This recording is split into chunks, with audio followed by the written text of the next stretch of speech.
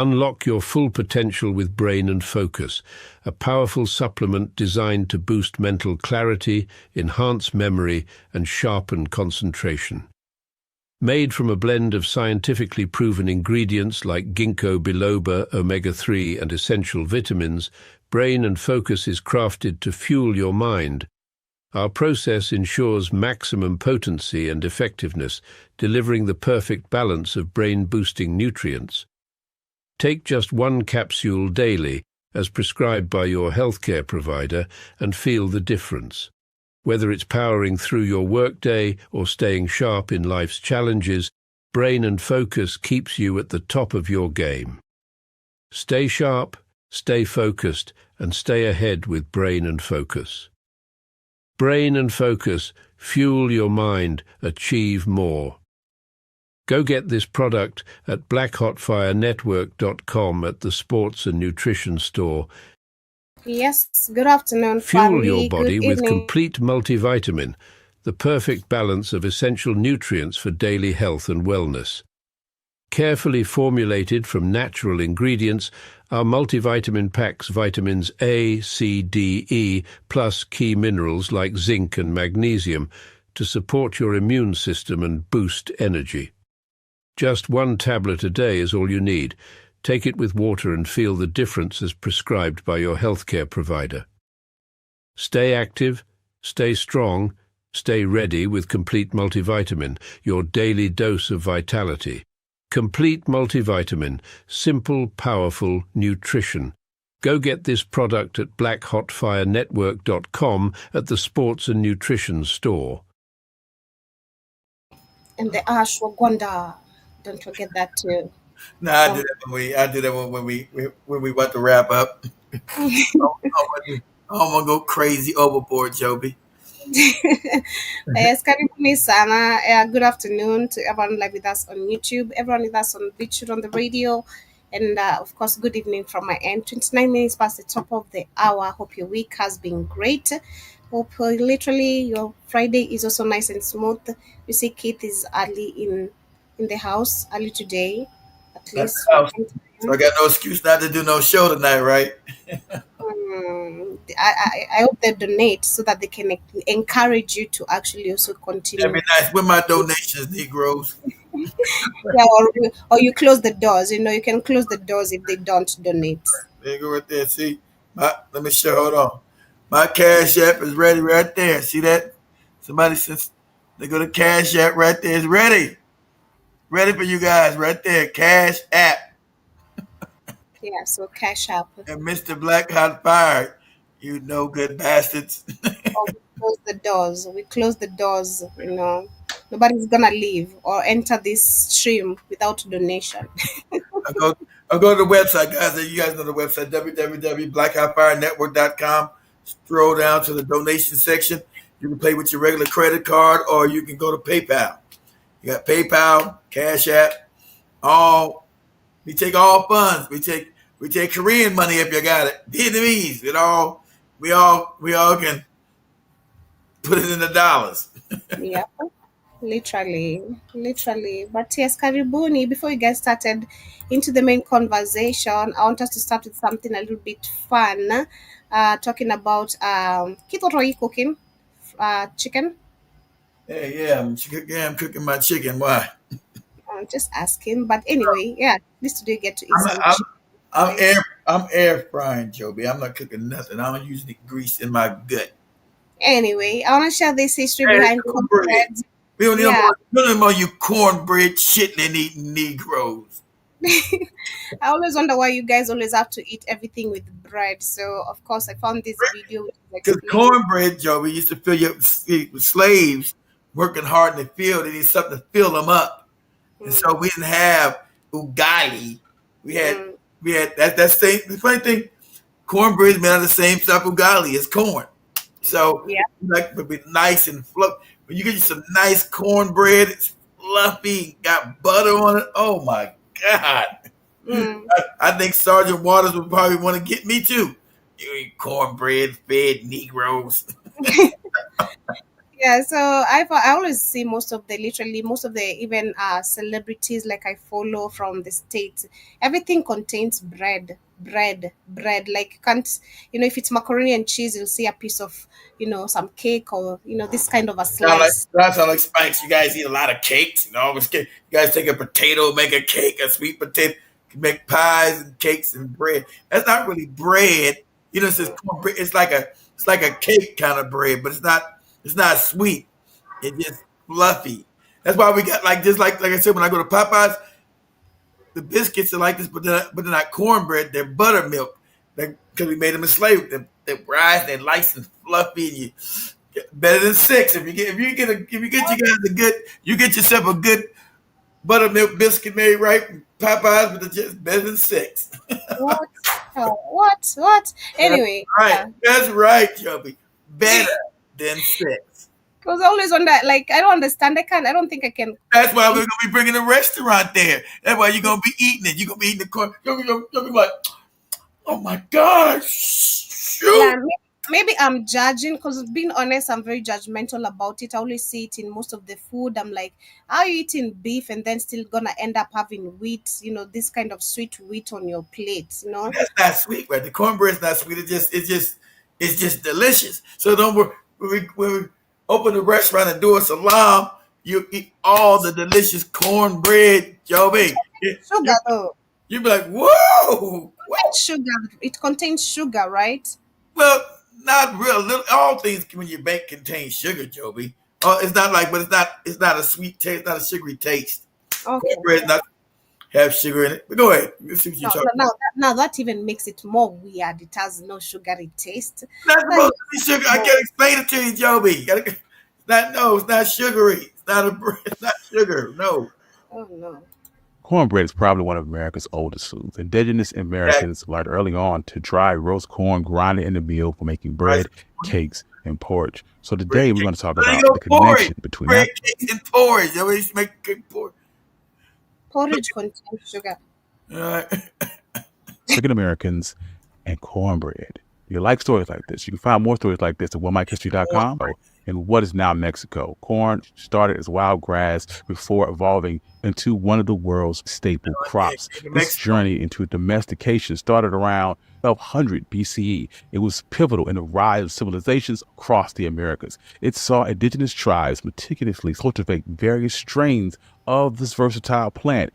This helped corn flourish in diverse climates from Illinois to Mexico. Maize became integral not only as a staple, but also as a cornerstone of cultural identity among indigenous That's Joby's populations.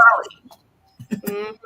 This was notably recognized in the cultivation practices of the Three Sisters, which is maize, winter squash, and climbing beans, a farming approach that showcased this agricultural tradition. The indigenous peoples' innovations extended to culinary uses, transforming maize into cornmeal, which would become the foundation of a myriad of dishes, including an early version of cornbread.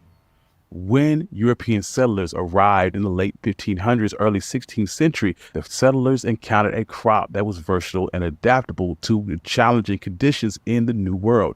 This crucial introduction led cornmeal's prominence as a staple of settlers' diet, who developed their own version of cornbread, which was primarily cornmeal, water, salt. This differed a bit from the indigenous recipes. During the early days, the southern United States cultivated a prolific amount of corn, since corn could be grown relatively easily and didn't cost as much as wheat. Cornbread became essential food, unlike in the mid-Atlantic colonies where wheat could be grown successfully. In the South, wheat was scarce and was often exported to Great Britain. This made it a luxury item reserved for special occasions. Instead, cornmeal, which was packed with affordability and nutrients, became the staple of Southern households. This set up perfectly for cornbread to evolve, especially when Southern cooks began to add buttermilk, eggs, baking powder to their recipes, making it moist and a slightly sweet dish. Furthermore, cornbread played a crucial role Slightly sweet. Okay.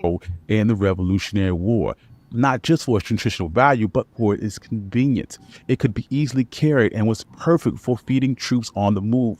Families back home were continuously enhancing the cornbread a recipe by adding ingredients like molasses, butter, and milk to improve the Buttermilk flavor. It was biscuits, common. buttermilk. See, that's where you get cornbread with buttermilk biscuits. So they didn't have anything sweet, Joey. It's salt.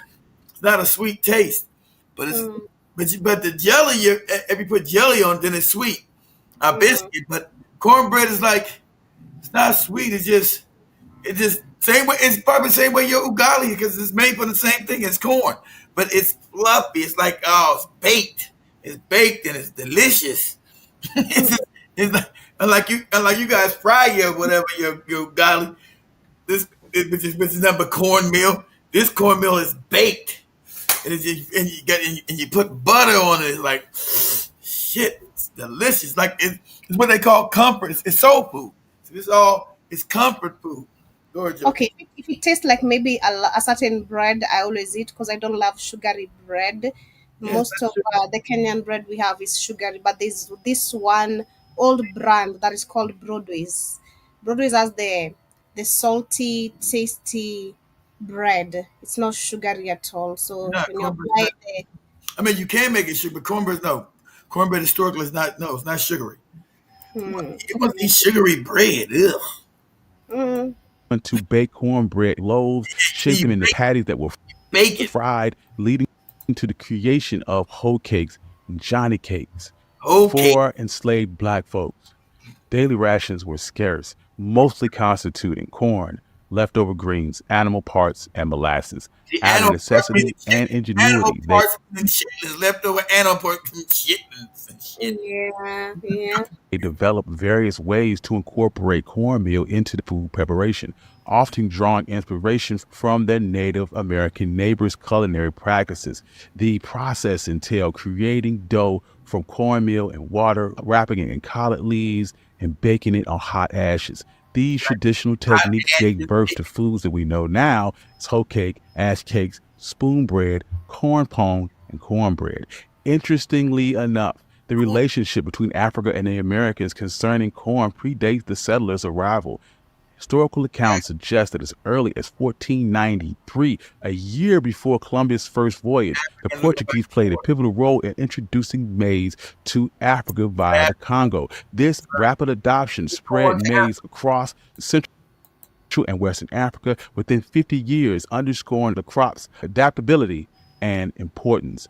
By the time of Giovanni Ramunzo's note of an ear of corn in his writings in 1554, it had already become a staple in those regions, marking its significance in this transatlantic cultural exchange. Therefore, the first enslaved Africans who were forcibly brought to America in 1619 encountered a very familiar ally in corn in the alien landscape of the New World.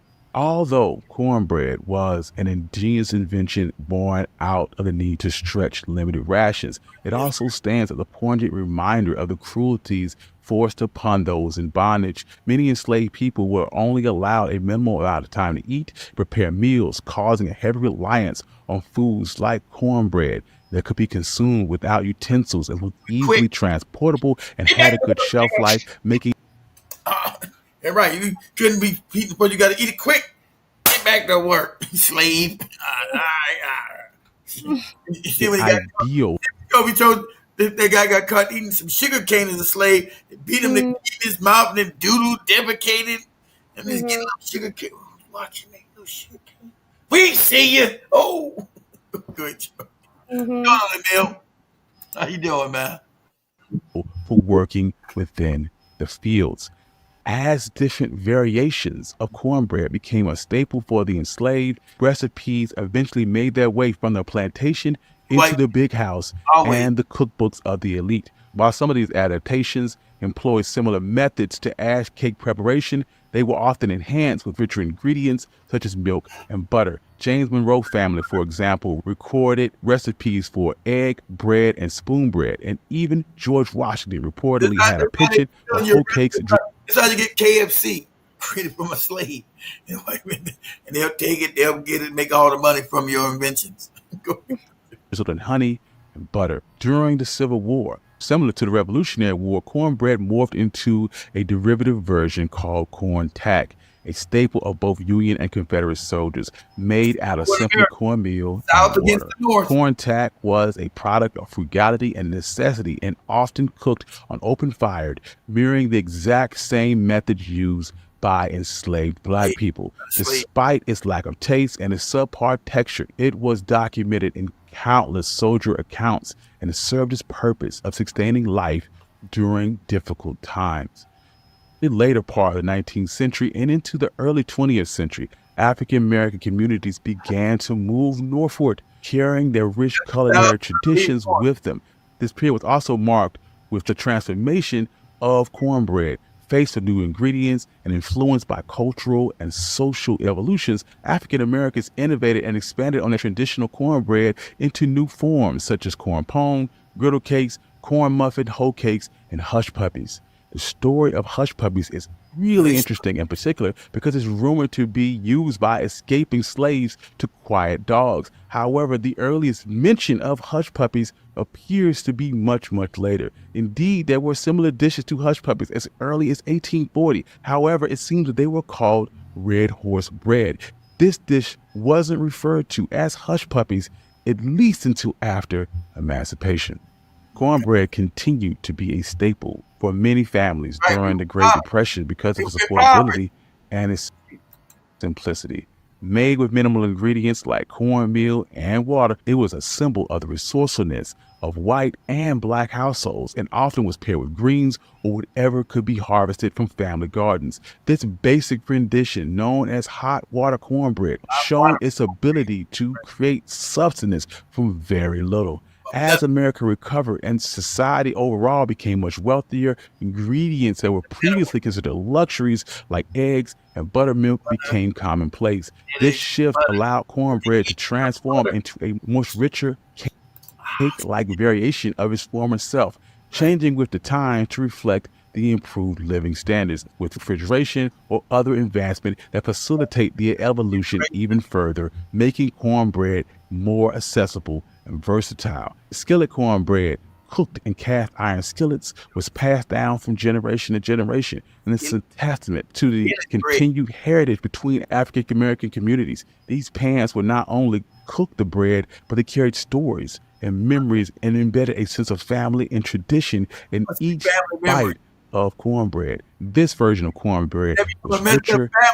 They used to beat you with that skillet. Get your ass out of here, boy. Beat you with that skillet. Tender. That's real. Due to the addition of buttermilk and is the cornerstone of Southern cooking and African American culinary traditions. The introduction of Jiffy cornbread mix during the mid-20th century marked another significant milestone. This convenience item allowed families to enjoy cornbread with minimal preparation time. It gained. You put in the pan, put in the oven, and it's done. It's already mixed for you. You just buy it for the shelf. Especially put it in the pan, put it in the oven. There you go, Jiffy Pop. Jiffy cornbread. We used to see me and my brothers eat that mess, boy. Put some butter on that thing. Me and both my brothers eat that mess, boy. Like, hell yeah. During periods of great social change, like the Second Great Migration, when African Americans were moving into cities in the West and the Midwest. Jiffy brought the taste of home and comfort during times of great upheaval. The story of cornbread is not just about the ingredients or preparation. It is a deeply tied to discussion of health, socioeconomic status, and cultural identity within the Black community. The legacy of cornbread is a part. Eyes look like that on cornbread, Joey. Got butter. Look how rich and juicy that looks. Go ahead. Old food traditions and brings up debates about how to balance cultural heritage with the need for healthier adaptations. This conversation reflects the broader change within Black communities, including the accessibility of healthier options and disproportionate impacts. Because we were slaves. We were just trying to make something out of nothing. They weren't giving us nothing. We were putting crap together. So soul food, as good as it tastes and comfort, this shit is killing people. Chitlins, bad. You eat that soul food, you're fat. You have all these preachers in America all fat, talking about Jesus. You know, you go to any Sunday luncheon and black people think you got cornbread, you got the chitlins, you got all that unhealthy stuff from slavery days because we had to just put stuff together. You know, it's comfort food, but I ain't gonna lie, I love me some cornbread, but I haven't eaten it in a long time. I haven't had cornbread, since I've been married.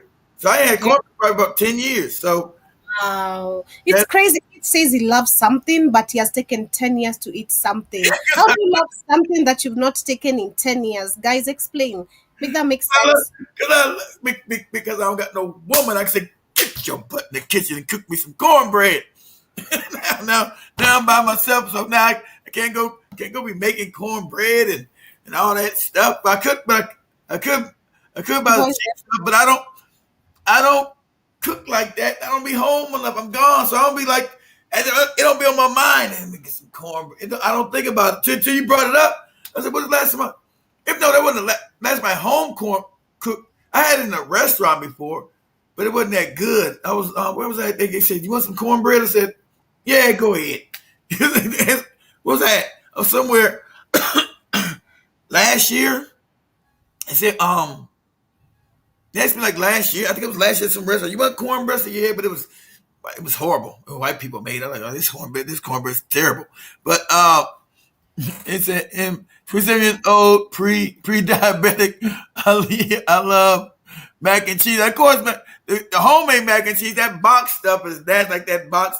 But that box cornbread was really good, email. But the box, you got to have. Everybody knows if you got to have homemade mac and cheese. You can't have like the stuff you buy in the store. You gotta get the ingredients in the store, but you can't have stuff in the box. That's disgusting. But you gotta get your noodles, get your cheese, get your butter, get your egg, put it together, make mac and cheese. Oh my! And exactly, mac and cheese is not good for you, but damn, is it delicious? You sit there, you eat a whole damn tray of that stuff. Like I ate the whole tray. God damn. Yeah,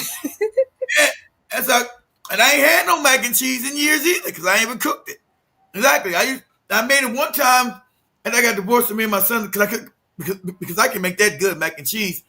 My wife, I made that good. I made that good and also lasagna, which I ain't had in years either because she would cook it. I cooked it like a few times, and I ain't taking all day to cook all that stuff. So I haven't had real homemade mac and cheese since I made it. I think that was 2018. I made it for like Thanksgiving. That was 2000. That's like 7 years ago. 5, 6, 10. That was like 7 years ago. It don't seem that time just be flying. Why Joey said, and I love when I made that mac and cheese. Man, that's one thing I could make.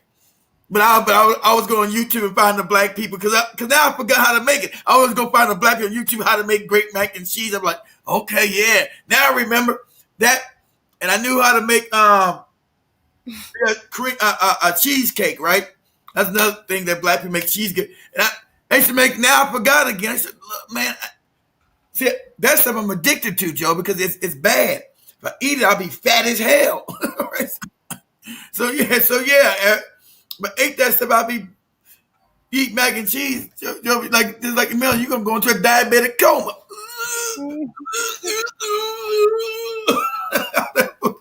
No junkies.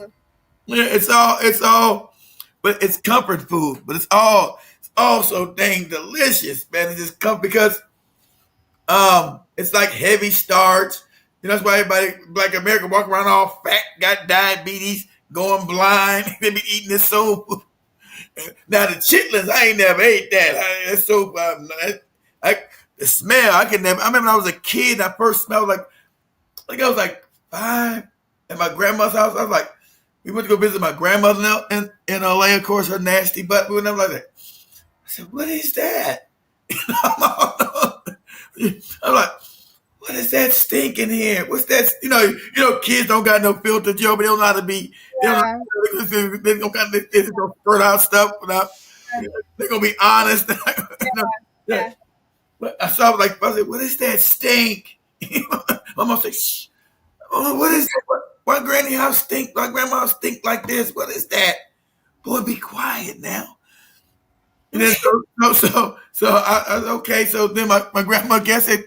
I didn't have no filter. I was young. I said, Grandma, what's stinking in this house? Boy, it ain't no stink. That's good food cooking. That's good food cooking. I said, that's food? Like that?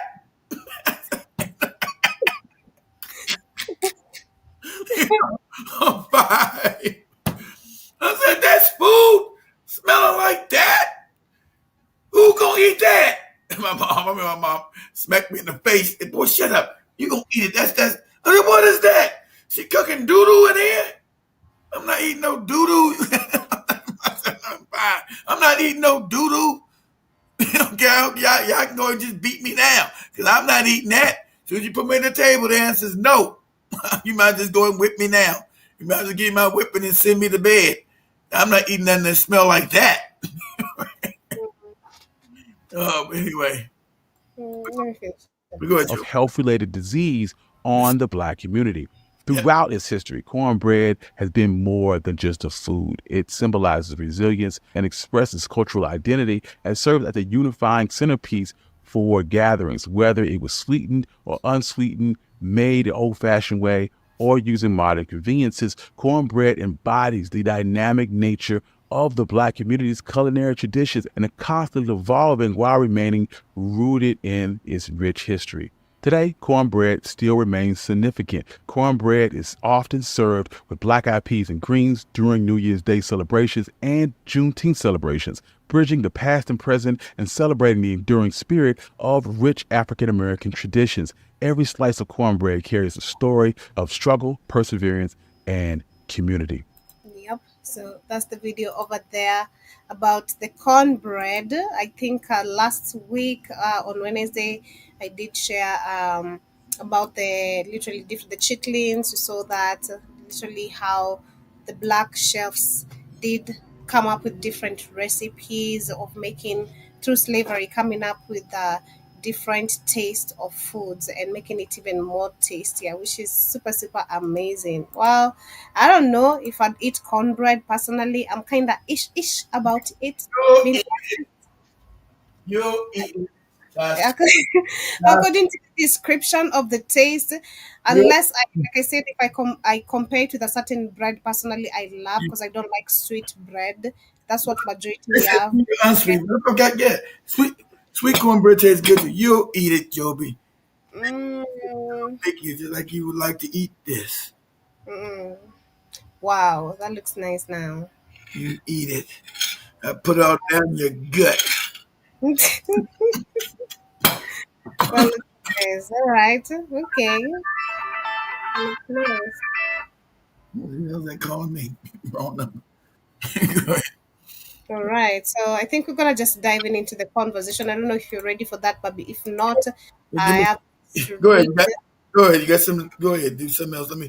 Let me eat these a piece of that chicken, Joby. Yeah. Air So fried to perfection. See that? yeah, I want to share the story of this lady. Her name is Mary Ellen, and the woman who funded the Underground Railroad and became a millionaire. That is in the 1800s. And I want to just read a little bit of her before I get to share the video of it. Just give me a minute.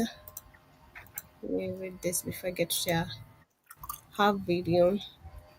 So it says Mary Ellen Pleasant started with almost nothing while working as a domestic servant, and she ever she eavesdropped on San Francisco's elite, learning their business moves and financial secret. With that, So what happened is I never heard of this lady, but so what a lot of black people would do who worked around white people, they would listen to them make deals and how they were making deals and then learn it and then go do it.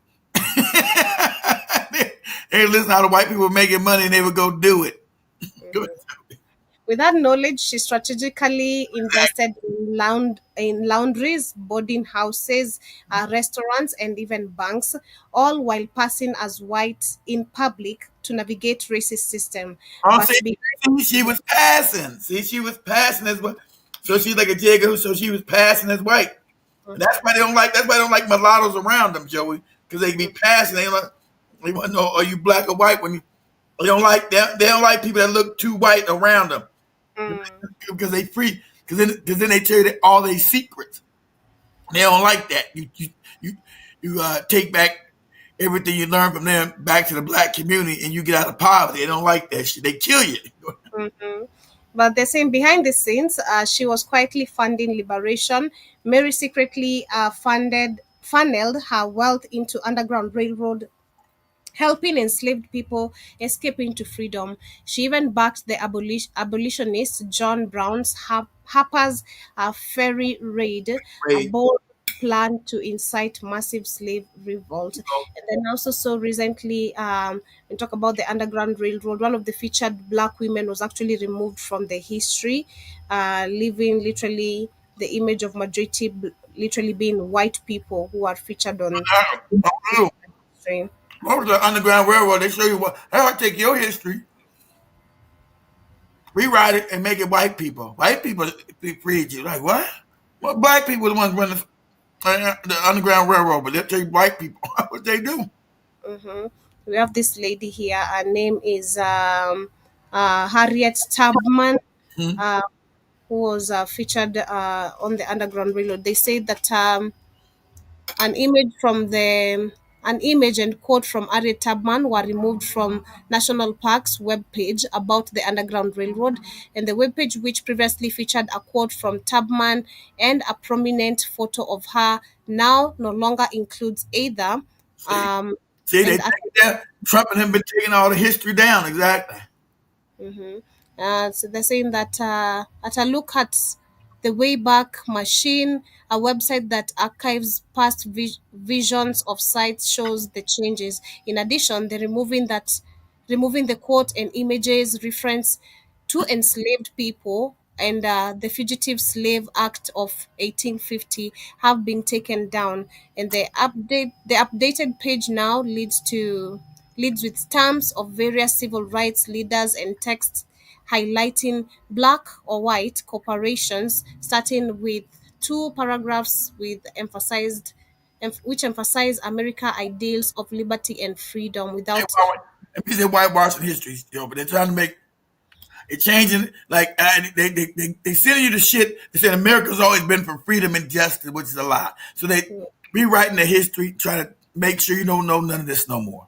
Mhm. Yeah, so those are the white people who have remained there. A couple of say one, two, three, I say one, two black men, but the lady has been removed. But this is crazy. So let me share her story. The other lady, that is Mary Ellen, as we get to continue before we get into the other conversation. I don't know how well this explained it, but let's listen When to this. I say Underground Railroad, I think most of us think of Harriet Tubman. And you're right, she's an icon. But there's another woman who was a huge force in helping enslaved people escape to freedom during the 1800s. And not a lot of us know her name. And to be honest with you, the Underground Railroad is just the tip of the iceberg when it comes to this woman's legacy and impact. The subject of today's episode was the first black female self-made millionaire in a time when slavery was still very much happening. And she decided to use her power, wealth, and influence to change the course of America forever. That woman was Mary Ellen Pleasant. And this She is her became a millionaire doing slavery. Wow, that's awesome. That's crazy. story.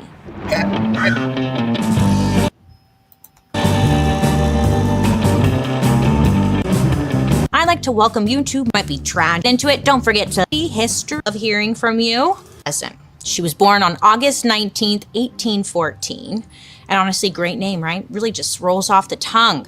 She was born in Philadelphia, and her early life is honestly a bit of a mystery. Mary Ellen wrote a few books about her life, but they all have different stories about like when she was little. She did this because she wanted to, quote, please her audience. When she was just a toddler, for reasons we don't know, her mother had disappeared. Mary Ellen's dad knew he couldn't raise her on his own, and he wanted her to have a good life. So at the age of 6, she was sent to live with the Hussies, a Quaker family in Massachusetts. On one hand, this gave her a safe place to live, learn some life skills, and also get a good education. And Mary Ellen said that they treated her well and they, I guess, were very kind to her. But on the other hand, Mary Ellen was still their servant. Sadly, she never got a formal education. And apparently Mary Ellen's father sent money for her schooling, but the Hussies kept it for themselves. Yeah, rude. Not getting an education is... Dad was sending money to go to school and help her out, but they were good, but they kept her goddamn money. Yeah, they just like all white people. Yeah, we're good, but we can keep all this money. Something that bothered Mary Ellen her whole life. She just wanted to go to school like everyone else. But she was about to get something much more valuable. Mary Ellen worked at the Hussey General Store, which was in a very busy part of Nantucket. Still, she was usually the only one holding down the fort, so she really learned how to run a business. She also learned that she had a gift when it came to her people skills. She said, quote, "I was a girl full of smartness. I have always noticed that when I have something to say, people listen." So Nantucket at the time was known for whaling, not like wah, but like whales in the sea. Yeah, but I guess whaling is when men go out to the sea, they kill whales, and they bring back their giant carcasses and turn their blubber into things like oil for lamps. So this meant that the men of Nantucket were gone for most of the year, and the women were left to run the town.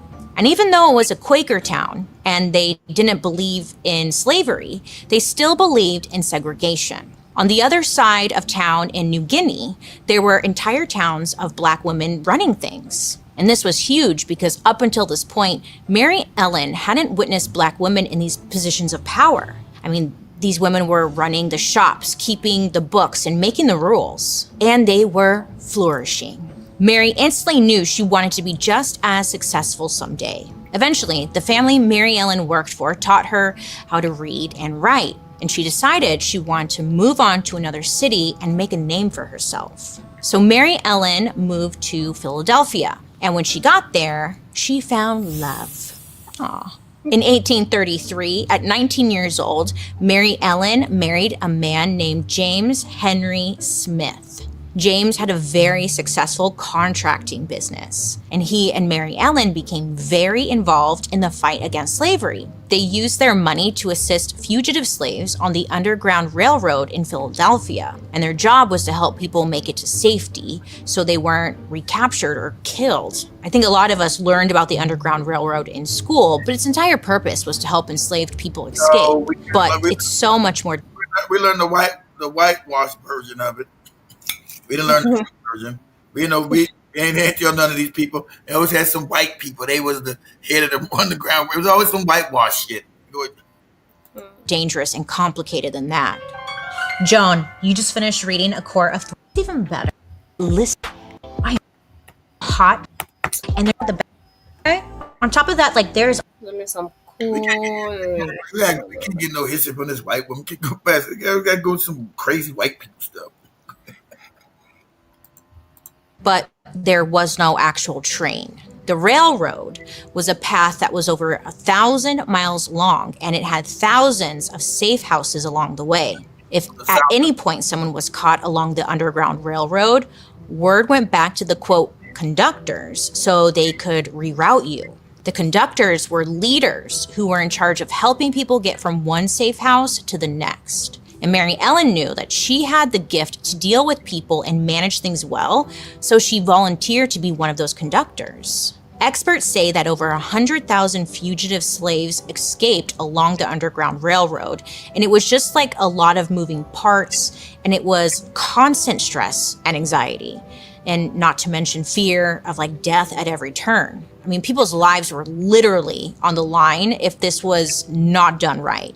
Plus, if free Black people like Mary Ellen were caught assisting slaves, they would lose their free status and be sold into slavery themselves. But Mary Ellen didn't let that stop her. She knew that these people needed her. When you were escaping, you didn't have time to pack a carry-on or bring some snacks. You left as soon as you could with whatever you had. These people needed to have a place to sleep, things to eat, a place to take a bath. I mean, just basic stuff. But everything needed to be done in secret. So the way that you would communicate on the Underground Railroad was by word of mouth. These messages were code words that people in the railroad industry used. For example, fugitive slaves were called cargo or baggage, and safe houses were called stations. They would even mimic owl hoots to communicate with each other, and it was a very complex operation that required a lot of work. Mary Ellen and James worked with the Underground Railroad for years, and it was basically their whole world. Then sadly, James dies, and historians aren't really sure how he died. But not long after, word gets out in town that Mary Ellen is part of the Underground Railroad. And I guess at this point, people start harassing her like crazy. Now, at the same time, she inherits a good amount of money from James. I mean, it's sad that he was gone, but, she got some money to help her get by. Mary Ellen uses that money to continue to help fund Underground Railroad expenses. And in 1847, she ends up getting married to another man named John Pleasant. John is not in Mary Ellen's story a lot, I guess because he was a cook who worked mostly on ships, so he was at sea a lot of the time. Now, the hype around her being a part of the Underground Railroad, it was not settling down. And I guess Mary Ellen was under a lot of pressure. There were laws popping up left and right that were written just to prosecute people who had any involvement in the Underground Railroad. And there were rumors swirling around that Mary Ellen was going to be arrested soon. On top of all of this, being a Black person in society anywhere, but especially the East Coast, made it impossible to build something for yourself, even if you did have a lot of money. But then in 1849, something happens that changes America and Mary Ellen's life. The gold rush happens in California. We know 49 California gold rush. We found gold. We know in 1949 they find gold outside of San Francisco. That's when San Francisco and California, people start going to California for that. Same like Africa, they get that gold. Go ahead, Joe. Man. I know she's gonna say gold. Forever. Word reaches town that there's a gold rush in California. And there were rumors that people are going from dead broke to millionaires in a matter of hours. All they had to do was find nuggets of gold in those California mountains and waters. Black people were allowed to search for gold and try their luck just like everyone else. But Mary wasn't about to go search $2. Your gold. You didn't mind for gold in the water. $2. What was it? Water. Hell no. What was most promising to Mary Ellen was that Black people were more accepted in society over in Gold Rush country, aka San Francisco. And San Francisco was growing and there were lots of work opportunities. So Mary Ellen decides this is the move. So Mary Ellen hops on a ship with some of her fellow Underground Railroad workers and sets sail for California around 1852. And this journey ends up taking 4 months. And the whole time Mary is probably thinking what have I done? She left everything she knew behind. I mean, sure, her husband was with her, but she knew that he would have to leave to work on a ship somewhere soon. But as soon as the ship docks, a big old smile spreads across Mary Ellen's face. That's because Gold Rush country was a mess. A mess she knew how to work to her advantage.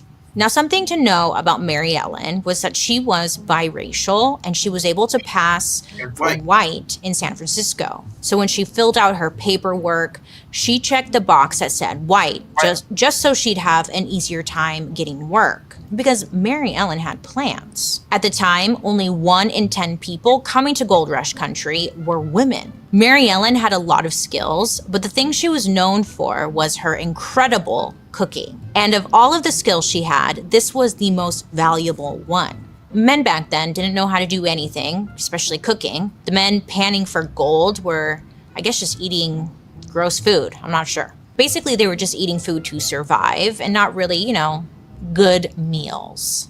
Mary Ellen knew that these men were homesick for some good home cooking, Even though she had a little bit of money from her first husband, Mary Ellen, she still chose to work instead of, just sitting around and spending the money her first husband had left her. So she ended up getting a job cooking in one of the private hotels for wealthy miners. Not like miners, like young, but like miners. Coal, yeah. Or like miners. What's a miner? But you get it, miners, okay. And pretty much right away, people fall in love with her cooking. People would stay at the hotel she worked at just to eat her food. I was curious about the food she was making because the only thing I could remember people eating back then was like, I don't know, beef jerky and salt water. That's white people. She's making cornbread. She's making African American food, which everybody loved. That's what she was making. She was African American, passed as a white woman, so she knew all those recipes. Especially everybody coming up from the South, and she was part of the railroad thing. She had all these recipes from the South. So she was cooking African American food, lady. That's why you shouldn't be doing our history. You can't even put that together. Go ahead, Joey. Or taffy. And let's just say it was interesting. Now, these dishes were considered the height of luxury at the time. She made a molded cucumber dish, which was marinated cucumbers set in jello. For main dishes, she'd make boiled pig's feet or veal knuckles. The drink would be a punch. I told you, Southern Joby, boiled pig feet. But you said she can't make history together, right? Like what's going on? She's saying what the lady cooked. I told you because she didn't know what she cooked. I told you gonna be some Southern. She just told you she's naming the dishes. Boiled pig feet. And what that lady made for the filled with for the people in California. Told you she's taking that Southern stuff up there, the pig feet, Joey. or 5 types of the best wine available, all mixed together. So kind of like your high school prom punch bowl. For dessert, she'd cook something like her famous molasses sponge cake with lemon filling. Yum. Mary Ellen became San Francisco's version of a celebrity chef. She went on to cook for lots of private hotels and wealthy families in the area. I bet this lady was a Sagittarius because it takes a lot of gumption to move all the way, especially back then, as a black woman to pretend to be white, then move from the East Coast, all the way across the country and to California, from Philly all the way to it ain't like today when you get on a plane or catch a nice bus. Going from Philadelphia to San Francisco, California, that's a hell of a... People died doing that back then. Literally died trying to make that journey from the East Coast to the West Coast. People died. For her to be a woman by herself and decide to leave Philadelphia, shout out to my college town where I went to college, and go all the way to my home state back then, people would die. You would die making the journey. That's how treacherous it was back in the 1800s. Since it took 4 months. 4 months. Yeah, it took her 4 months. Imagine that 4-month journey to go across the country. Now you go. Now I can go there in a day and a half driving. So that's what I'm saying. It took you 4 months, and people going out there back then were dying because after that you got Donna. Do this for me real quick, Joey. Mm-hmm. Look up. Say what year was Donner's Crossing? What year was Donner? Donner. Let's say what year was the Donner Crossing tragedy? I think that was after she got there. When those people going to California all died and start eating each other. Mm-hmm.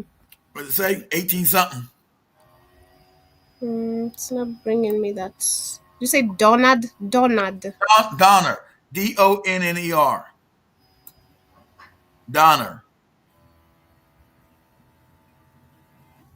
Oh man, let me see if I can pull it up. Hold on, Donner. Let's see what year is it?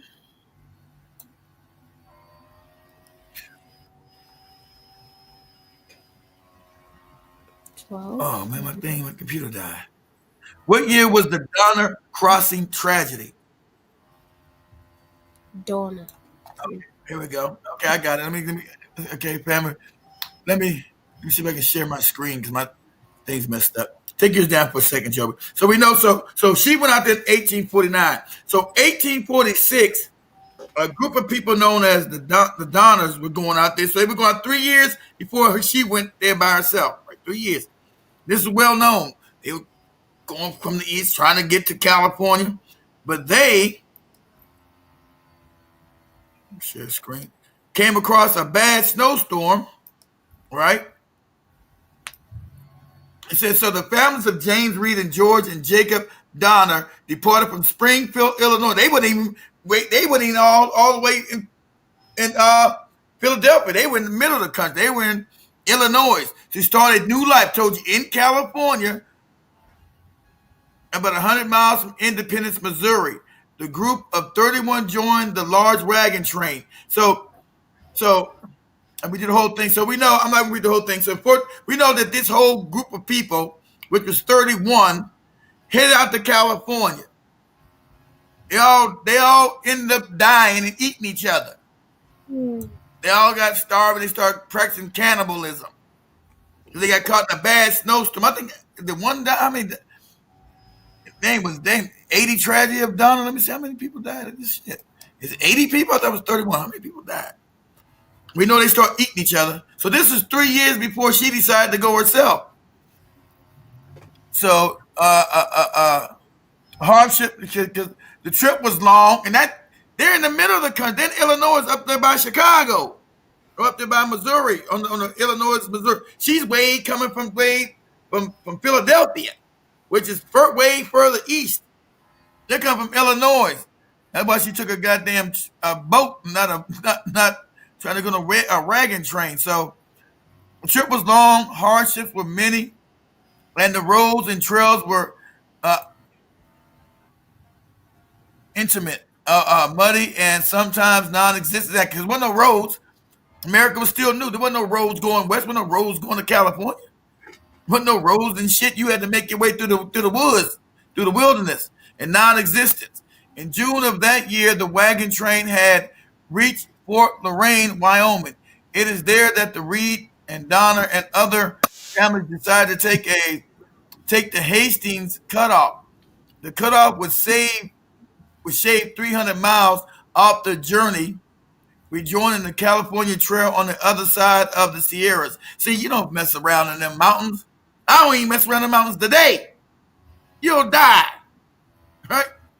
Considering a wagon could travel 12 miles in a good day. Hey, that's it? 12 miles? That's it? Back then, 12 miles. You take you forever to get there. So 12 miles in a good day. That's a good day. Then 300 miles meant they could arrive more than a month early. James Climbing, a traveler returning from the Hastings cutoff, advised against. He said, so this guy said, hey, don't go messing in the Sierra Nevadas. You crazy? He said, no, don't do it. Well, we're going to save a whole month. We're going 12 miles a day. God damn, that's like going from where Joe be at into Nairobi. That ain't nothing.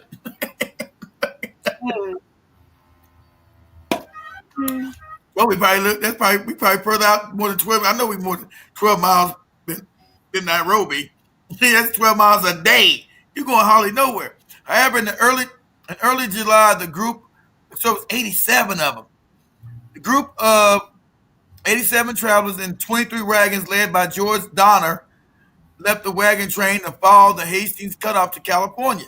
A few weeks prior to their departure, a group of 60 to 75 wagons took the route, and another traveler assured the Donner party that it was a good route to follow. After crossing the Great Salt Lake Desert in Utah, the Donner party stopped at Truckee's Meadow. Truckee's Meadow. Present day Reno. See, I knew that was Sierra Nevada. Present day Reno, Nevada, to rest. But soon continued on during a snowstorm. They stopped and set up camp at the east end of Truckee Lake, now named Donner Lake. Yeah, named after their ass because they all died and started eating each other. Lake California, 13 miles northwest of Lake Tahoe. There they remained during the winter of 1846 to 1847. And it is there that nearly half of them died from starvation and illness before rescue parties, which failed repeatedly due to blizzards and deep snow. But they ain't gonna tell these motherfuckers. They start eating each other. They start all of them start eating buttholes and legs and everything else. So they just start dying. They start eating each other. Everybody knows that. They say a bounce of Africans survived ice age for thousands of years. Come on, white, get out of here.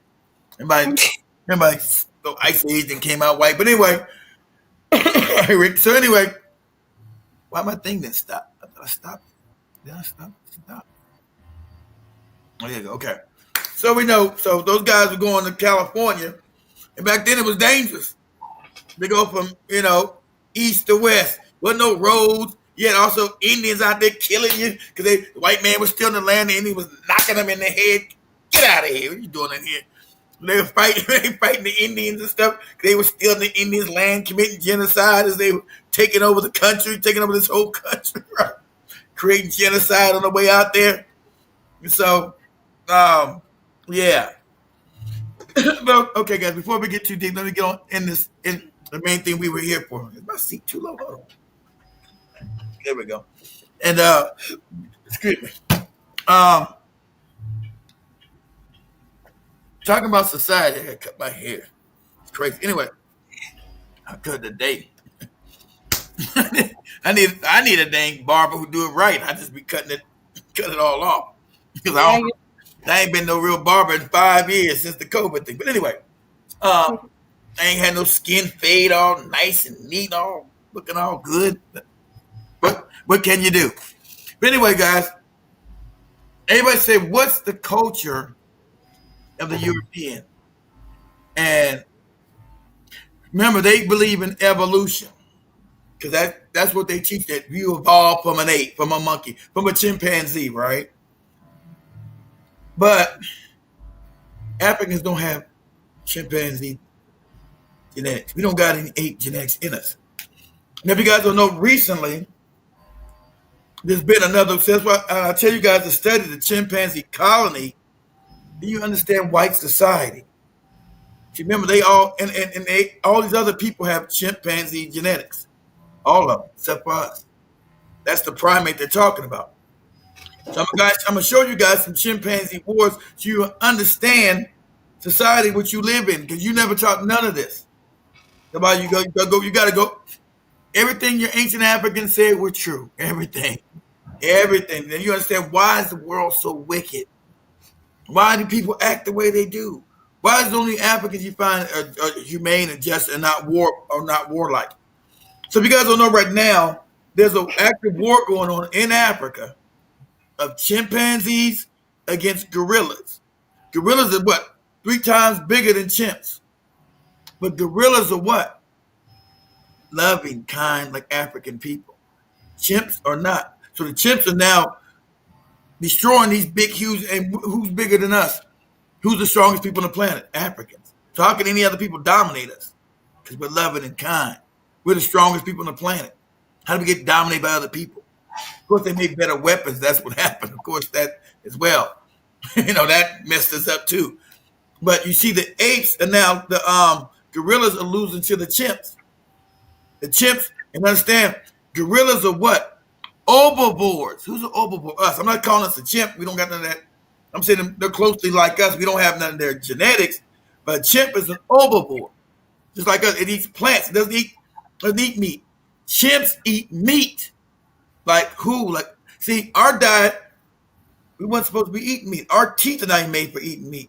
The African teeth, we're herbivores. We're supposed to be eating fruits and vegetables. That's it. We didn't have much meat in our diet. Never. Because we're herbivores.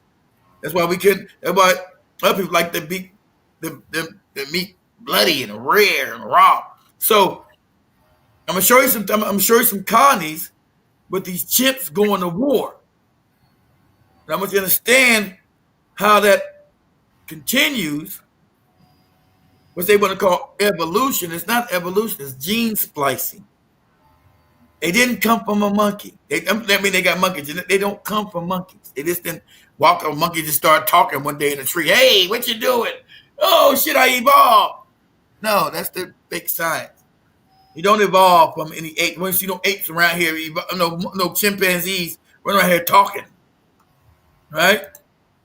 We're talking about gene splicing. And I shared with you guys one time an ape that was almost human because he thought he didn't want to be with the other apes, the other chimps. He wanted to be with the human beings because that's gene splicing. The African was running around taking genetics, taking the black woman's DNA, putting it into these damn apes, and back crossing and making a human being out of it. But they did. But they didn't want to use the gorilla. The gorilla is what? Calm, loving. He's not aggressive. Chimps are aggressive. That's what they wanted. That's what's in the genome. Now, I'm gonna show you. Chimpanzee, the only primate, they go to war. And if you understand a chimpanzee colony, you understand exactly how the world is being run today. Because what you're looking at is just a more advanced chimp. That's what you're looking at. When you look at these other individuals, you're looking at a humanized animal. That's sad. That's what the genetics say. Who did it? I don't know. Some people say the Anunnaki, the ancient Africans. I don't know, but the genetics shows that's what happened. I'm not with any racism. It's genetics. It is what it. Take a blood test. It's in there. Okay, that's what short right there. Okay, and nothing to do with me being a racist. Nothing to do. That's in the blood. Okay, it's in your genome. That ain't my fault. It's in your genome. So what I'm gonna show first is share my screen. And that's why I told you study a chimpanzee colony. You understand how the world really works, but on an advanced level. Okay, it's a little bit. They're becoming a little more sophisticated, but that behavior is still the same. At its core level, is still the same. So I'm gonna share this with you guys, so you guys can get an understanding of what actually the society that you find yourself in today. Yeah, they say science is racist. Remember? That's what they said. Science is racist. Now, let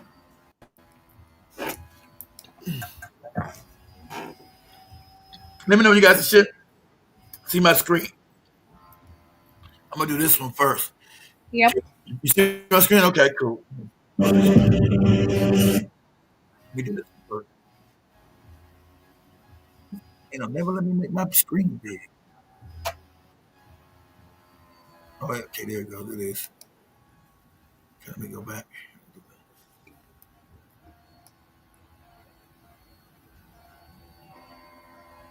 My internet slow or something.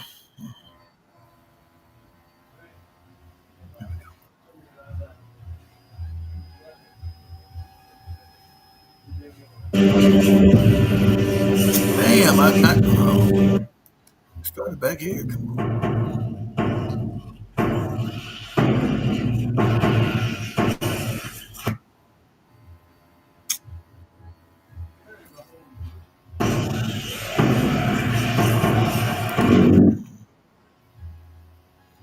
My internet's jacked up.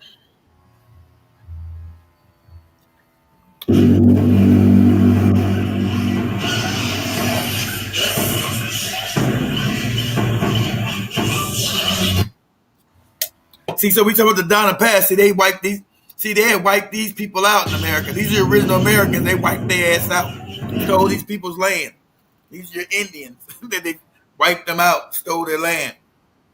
These are people that were all over America before white men showed up. They wiped them out. I don't know why they showed up. I'm going to go to the gorilla part. 9,000 miles away from the United States, another war was being fought. Now, I want you to look at, see, their hair is like this. I'm going to look at the flat butts. They got the flat butt. And under this skin, this thing is white. And see the hair? There's no chimp there's no ape or chimp with an afro. Okay, understand it. See how small the lips are? Whose lips are like these? These are not African lips. African lips are full. But they always want to call you the monkey. And if African lips are full. Look at Joby's lips. They're full. Shimani's lips are full. You guys' lips are full. What they call big lips. There's no monkey or ape that has big lips. There's no monkey or ape that has an afro. Okay? Just make sure you understand that. Forehead. And the boy, all that. They got the same, all the same thing. Yeah.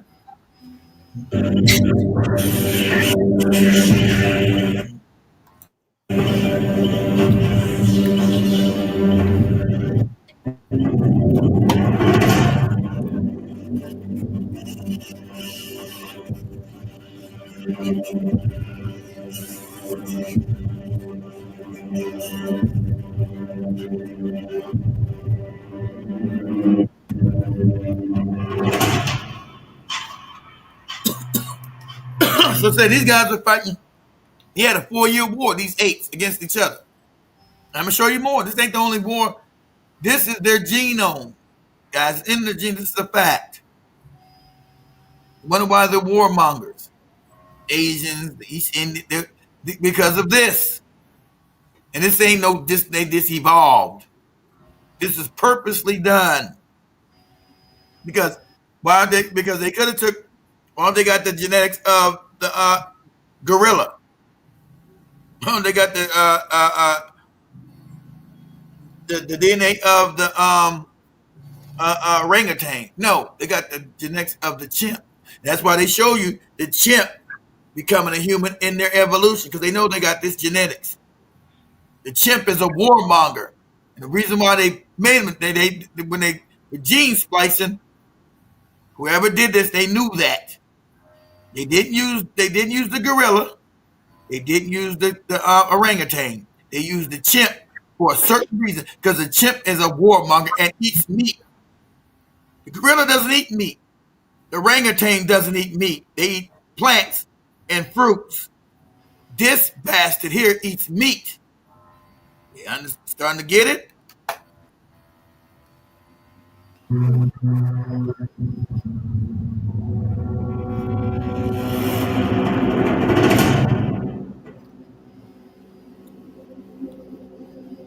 Roaming across the dense forested hills in Gombe Street National Park in Tanzania, chimpanzees live in territorial communities, dividing themselves into groups of 1 to 40. In the north you had the Kasakila, and in the south the Kakombe and the Makenka. A few years. So this is Tanzania, a little bit south of Joby. And I want you to know, in this same region, you have, well, a little bit further west of Joby, you have now the chimpanzees going to war against the apes. They all apes. Going to war against the gorillas. Today, right now. They're they're eating gorilla babies, eating them. And dominating these big ass gorillas, because the gorillas are not warmongers, they're not warlike. You say, dang, the gorilla's so big, he's so huge. When you see King Kong, ooh, that movie does. King Kong's a gorilla. Gorillas aren't like that in real life. They're kind, they're loving. It's the chimp that's the warmonger. That's why the chimps are now about to wipe out the gorillas. They got to stop them, because the chimps have declared war against these groups of gorillas. They're not eating their babies, killing them. Today, it's happening right now, because the chimpanzee's a warmonger. Prior to 1974, territorialism between these groups was witnessed by Jane Goodall, an English primatologist and anthropologist who had been researching chimpanzees in the area since the 1960s. Chimpanzees were known for their territorial behavior, but Jane and researchers never thought to the extent that would soon become apparent. In fact, prior to 1970, chimpanzees were considered friendly and peaceful. See, that's what some see. They're just now learning about. Before then, they were considered this way. Africa knew thousands of years that this goddamn thing was a warmonger. That's why they took his genome to make everybody else. They knew what the hell this thing was. That's why he's in every other human being, but not in the African. They didn't take the gorilla. Gorilla genome ain't in everybody else. The orangutan DNA ain't in everybody else, but this goddamn thing is. See the lips? Look at the lips. There you go. Look at the lips. Look at the The hair. ensuing war would be the first time that any chimpanzee had been seen to deliberately kill a fellow chimp, but do so callously and then celebrate Killed each other. afterwards. Before the war, we must go back to 1971. In 1971, the alpha male leader of a chimp community called Leakey died. With Leakey's death, the community needed a new leader. Humphrey, a strong male chimp who almost killed a researcher, Dr. Wrangham, by hurling a large rock at his head, became alpha. But Humphrey was no Leakey, and over time the community began to turn sour. Two chimps in particular started causing trouble, brothers Charlie and Hugh. Over the next few years, the whole Gombe group would divide itself into two, those who supported Humphrey and those who took Charlie and Hugh's side. Charlie and Hugh, with their community, headed south to form the Kahama, consisting of brothers Hugh and Charlie, Godey, Dee, Goliath, and Sniff. While Humphrey stayed in the north with the larger part of the original group, now became known as the Casakila group, consisting of alpha male Mike, Satan, Sherry, Everett, Rudolph, Jomio, and Figan. Nothing out of the ordinary in the animal kingdom. Now I want you to know. Now they find out everywhere that these chimps all over Africa go to war. It's not go to war everywhere they're at. They go to war with one another, all out throughout Africa. They're warring on each other. First blood was born by the Casakila. Humphrey, Figan, Jomio, Sherry, Everett, and Rudolph headed south and ambushed Godey of the Kahama whilst he was alone feeding on a tree. Godey was pulled from the tree with force and thrown to the ground, then viciously beaten with a huge rock. He managed to crawl away from his attackers, but he was celebrated boisterously, throwing and dragging branches with hoots and screams that echoed throughout the forest. Over the next 4 years, the Casakila carried out merciless attacks on the Kahama group for no real reason. Since chimpanzees are at their most vulnerable whilst feeding, due to the fact they usually eat alone, preferring not to share food with friends and family for the most part, the Casakila hid and waited for these moments of feeding before attacking the community. After Godey, Dee was taken out next, and then Hugh. I understand this is their nature. This is not unknown. This is not. This is they're warmongers. The chimps are warmongers. It's not no like this. This is an aberration. This is their nature. They fight each other. They war. They have wars. Always. This is their nature.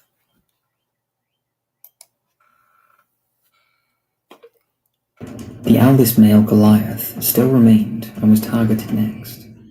Goliath had shown peace during the Casaquila's attacks and taunts. However, his kindness was not reciprocated, and he was killed. With only 3 males remaining, Charlie, Sniff, and Willy Wally, Charlie was killed next. After his death, Willy Wally disappeared and was never found, and the last remaining Kahama male, the young Sniff, survived for over a year. For some time it seemed as if he may escape into a new community or be welcomed back to the Casaquilas, but there was none such luck. Sniff too fell to the Casakila warband. Once all the males in the Kahama had been picked off, the Casakila needed to deal with the female chimps. Of the females from Kahama, 1 was killed, 2 went missing. They're gonna start wiping them out because they're unloyal. They're gonna wipe out these women. You got to go. You with these other men, we're gonna get rid of your ass. And 3 were beaten and kidnapped by the Casakila males.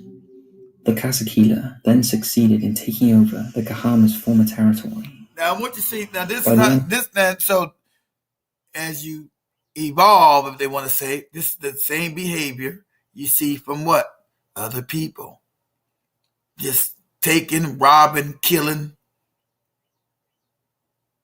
The most powerful just kill whatever women and kill them, rape them, and these chimps be raping. So we know that's not no mystery. They get a woman, chimp, rape her, and then slit her throat. At the end of 1978, the Kahama group were no more. See, they wiped them out. And their territory belonged to the Casakila. They said their territory, so they wiped them out. They genocide this other group of chimps. Who have you seen doing this on the planet?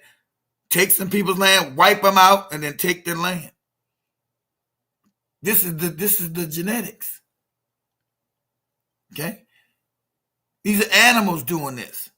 There's no other animal that rages war. The chimps rage war. They rage war. Gorillas don't rage no war. Orangutans don't rage war. They calculated this with 4 years calculated to wipe out these other chimps, genocide them, and take their land and take their territory. Wipe them out. Never before had anything like this been seen in the wild. It never been seen. But there was no. The African been this been known for them, for white people. This never been seen in the wild. These things actually wage war. We never seen nothing like this. This has been known. Been known. That's why they use these bastards' DNA and spliced it with the African woman to make all other kind of shit. Shite. Happy ending for the Kasakila community. A much larger group of chimps, the Kalande community, moved into their space, and the Kasakila were no match for them. They retreated back to their original territory where they had come from, handing over the Kahama area to the Kalande. The 4-year war amongst the chimps showed a society of these primates that had never been observed by humans. See what they say? Never been observed by white people. They say human. This is known. Whenever they find something, never been observed by humans. Whenever they find something, it's never been observed. They don't say it's never been observed by you. This is known. This is what you're spliced with. This is what you're spliced with. They didn't use the gorilla. They didn't use the other apes. They used these things. This is known. You didn't know it. But you know this thing is up in your genome. That's why you got in your evolution chart this thing here. You don't got the gorilla, you got this, the chimp. When you got your evolutionary chart, you show this damn thing. You say you just came from this, and this thing became a human being. You out of your mind? No. Advanced Africans took the genes of this damn thing and merged it with the black woman's genes. The chimps calculated their killings and did so with an aggression never seen before. Despite being incredibly groundbreaking, Jane Goodall's years at Gombe had a lasting effect on her. The things she saw during the Gombe War were likened to witnessing a human conflict, and Jane was left profoundly disturbed by the 4 years. She was less disturbed because, right, same thing she sees in human conflict. No, let's say white people conflict. You study, you know what you're seeing. You know what you're looking at. You know what you're seeing. You're seeing you. You're seeing you, and that's why you left disturbed. You're seeing you, all the attributes, all the behavior, everything. You're looking at it, you're like, oh my God, yeah, oh my God. And by then, you knew the genome. You know that. You know, hey, this thing is up in me. Yeah. War. She later told that she struggled to come to terms with this new knowledge. Often waking at night to horrific pictures of Satan, one of the chimps, cupping his hands below Sniff's chin to drink the blood that welled from a great wound on his face, or visions of old Rudolph, usually so benign, standing upright to hurl a 4-pound rock at Godey's prostrate body, or Dromio tearing a strip of skin from Dee's thigh, Figan charging and hitting again and again the stricken, quivering body of Goliath, one of his childhood heroes. Those were Jane's words of the barbaric war she witnessed in what was the first recorded incident of lasting warfare among primates. But Goodall's research at Gombe Stream didn't just shed light on chimps' aggression. She also challenged 2 long-standing beliefs of the day, that only humans could construct and use tools, and that chimpanzees were vegetarians, a belief held with... Chimps are not vegetarians. That's not, and the Africans buyers should have been known. They know this chimp is not a vegetarian. Chimp is a meat eater. Like them. The vegetarians are the gorillas. The herbivores are the gorillas. the orangutans, the other one. This damn thing is a meat eater. And it'll eat your baby live. Yeah, it'll eat a human baby live if it had the chance. Before the 1970s, Jane witnessed and watched in awe as the chimps of Gombe systematically hunted and ate smaller primates, such as Columbus monkeys. Right. But not just hunt, but do so with communication and strategy. They would block all the exits for Columbus monkeys, and one chimp would be assigned to the job of going in for the kill. Once the monkey had been caught, the chimps would go nuts, ripping it to pieces and sharing it amongst their community. This alone was a major scientific find that challenged previous conceptions of chimpanzee diet and behavior. While observing one chimpanzee feeding at a termite mound, she watched him repeatedly place stalks of grass into termite holes, then remove them from the hole covered with clinging termites, effectively fishing for termites. The chimps would also take twigs from trees and strip off the leaves to make twigs more effective, a form of objective modification, that is, the rudimentary beginnings of tool-making. Humans had long distinguished ourselves from the rest of the animal kingdom. You have distinguished yourself. That's where you came from. You was in these caves, right? They put you at when they created you. Cats, this is the Stone Age. There was no Stone Age in Africa. Africans never looked like this, ever. Never was like this, ever. But you warmongers, you went from spears to actual rifles, so you learn to get more vicious with your warfare. Talk about humans. They always show them as the original, as the human. You are the later version. You ain't the beginning. You just got here 2 days ago. They go from that, say, yeah, we went from ape, now we're learning. But anyway, let me end this, go to another one. Give me a second. You still there, Joby? Can you see me? Yep. All right. Joby got to watch out for gorillas popping up on her damn balcony. I see you, lady. Nah, the small monkeys. Standing maybe 15 feet from them, watching this. Great male chimpanzees. That's another one. Let me see what this is. I was standing. Let's see what this one's about. They can say everyone's the most brutal.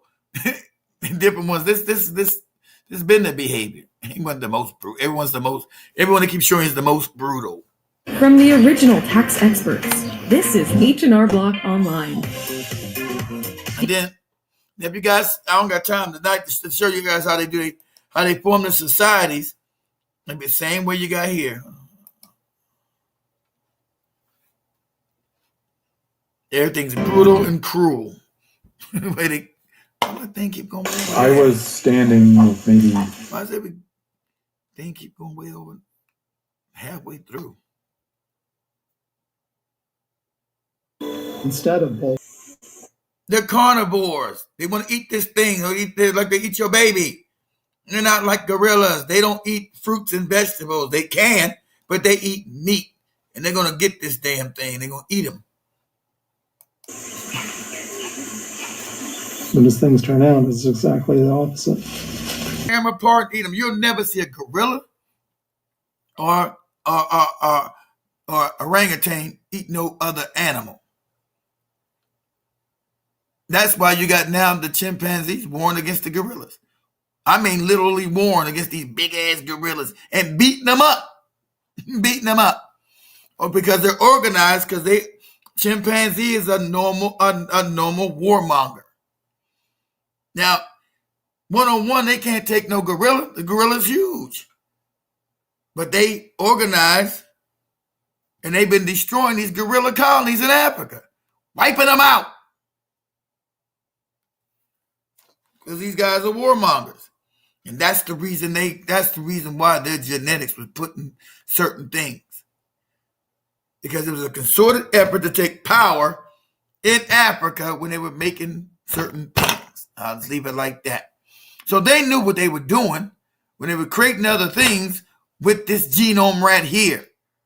Okay? Nothing. When you start putting this all together, nothing's a mystery. Nothing's no, We know why certain people are warmongers.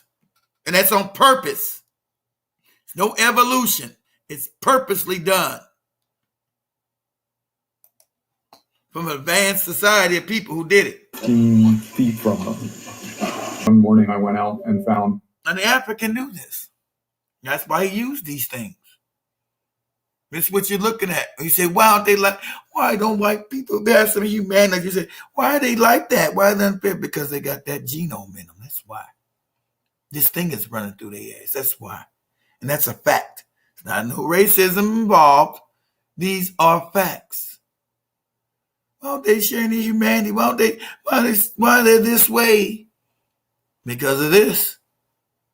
Can't change what your genome is, what you are. Hair in Ellington, not with anyone else. It was not Similar are to human. No. They're not similar to an African. See, when they say human, they think you're talking about them. They're not similar. Africans don't have that kind of behavior ever. They're not similar to Africans. Similar to you. Because that's what's in your genome, sadly. I don't think it's right they did it, whoever did it, I'm not saying.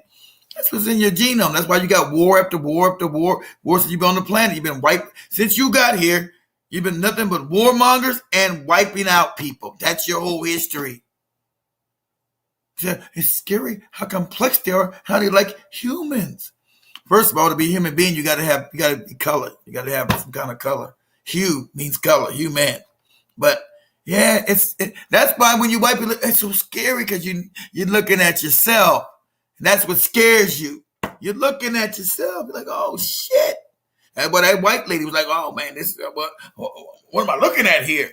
You're looking at you. And deep down your bones, since you're educated, you know you are. You're educated. Now it's gonna freak you out, but deep down inside your educational level is letting you know you're looking at you. You know this. That's why you're doing subtle terms. It makes you think how human they are. No. How much they are like you, not human. And not African doesn't act like that. Never has. African's peaceful. The only animal, the ape that would be close to the African would be the damn gorilla. Who's peaceful. You look at it and you know it. And it scares you like, oh, shit. about 8 or so of the men. Look, the west. see his face? He knows what he's looking at. They know what they're looking at. They know what they are looking at. Like, God damn. Goddamn things like us. This is crazy. Yeah. You guys always attack each other too. Once you get done attacking and genociding other people, you always turn on each other. That's always been your nature. It's about power at all costs. Who's got goddamn power up in here? That's what you do. You guys attack this like a wolf pack. You guys, you're known to be in the packs. We attack black people in packs. Just like these chimpanzees do. And it's about power for these chimps. Ain't all about no love and affection like a damn gorilla. It's about power. All chimpanzee colonies about power and dominance. But not all of the Indogo chimpanzees were attacking someone. There's no way another animal could survive that. When I heard that, it was sending them a message about hierarchy, how European society works. Somewhere in the line, and this damn thing got out of line. He said, you're going to get your ass in line, do what you're told to do. If you don't, this is your warning. Next time, we're going to kill you.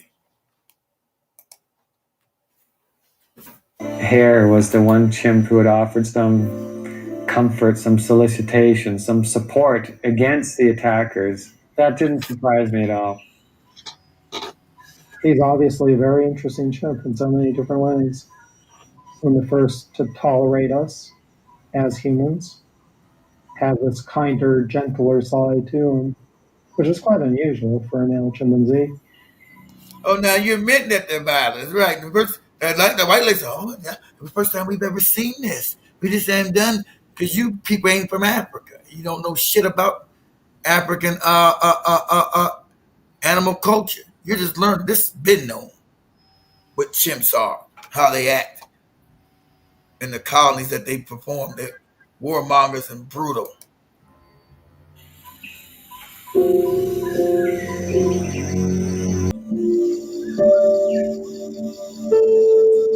Coming outcast.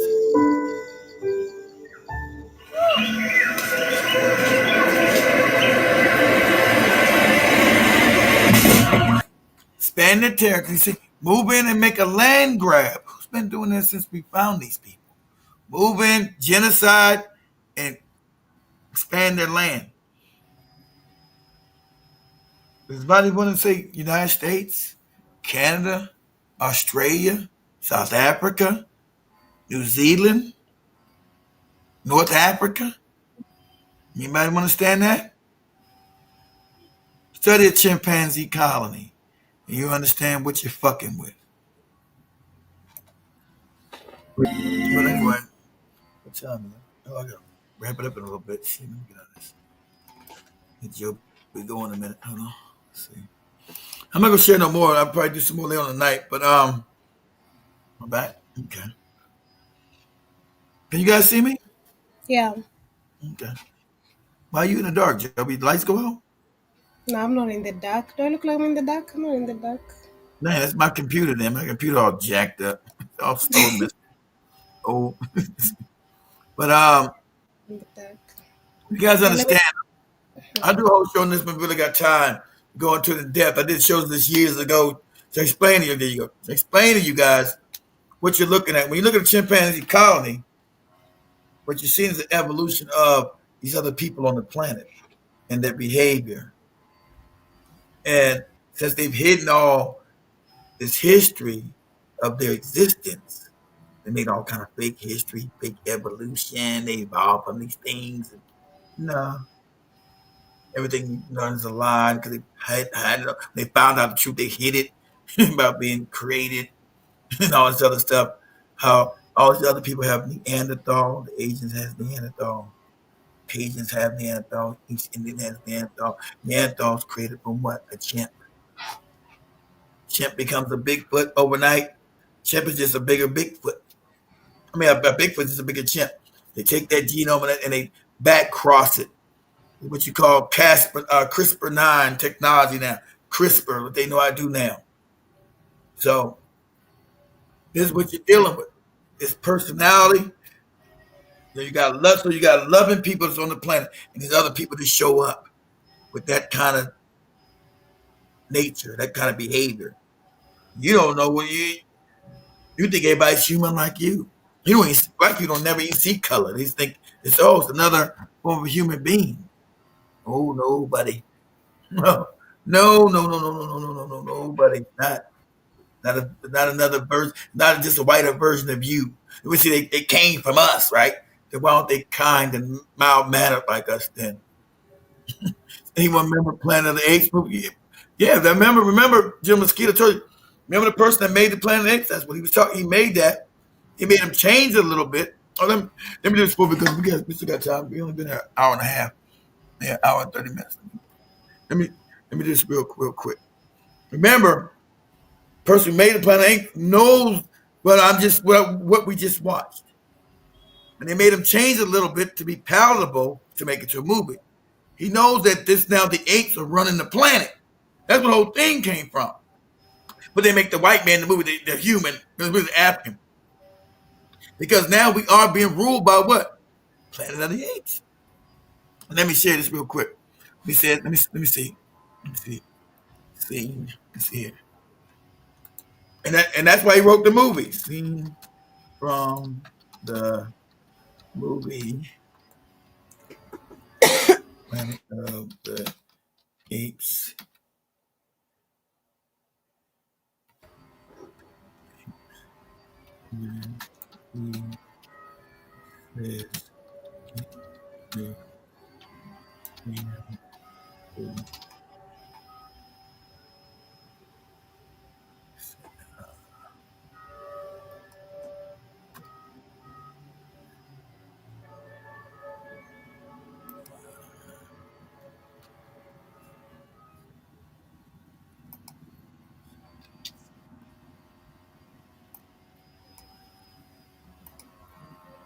Damn.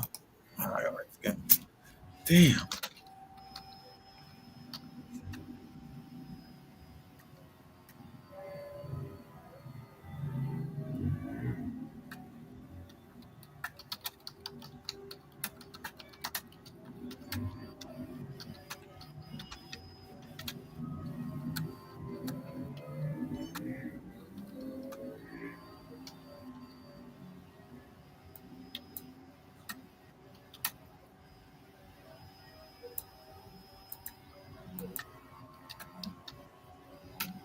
Okay, let me see here.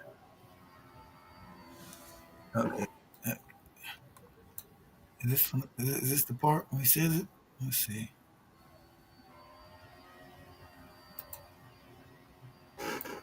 Okay, that's it. Okay. Okay, let me go to this one. Give me a second right here. Let me put my thing on. YouTube, this is for educational purposes only. Let me do this real quick. Get your stinking paws off me, you damn dirty ape. Y'all know this. And when he wrote the movie, right? When he wrote the movie, this for educational purposes only. So we know when they wrote the movie, they knew that the European and all those other people came from these apes. They knew that. So this is them doing a metaphor to that. But he's got the white man supposed to be, as if he's not the ape. The apes are now taking over the planet. And that's what's really happened. We have humanized individuals who now run this planet. So let me share my screen. Let me get out of that. Okay. Share. So we know when he wrote this book, they made the movie that changed because he's telling you the truth about who's running the planet now. That's what Planet of the Apes is about. Good. Go here, okay. Can you see my screen yet, Joby? Mm-hmm. Okay. Damn.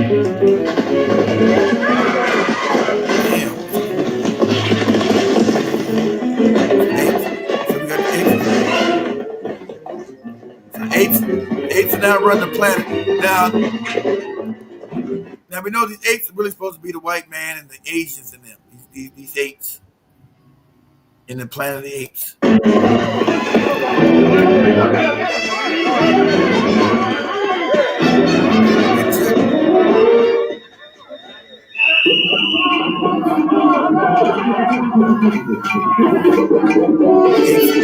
stored the metaphor on the apes. The apes are now ruling. The white man, the ape man is now ruling. See, this is the metaphor for them. Now the ape man is now ruling the world, which the apes are. See, the ape man is now the one ruling the world.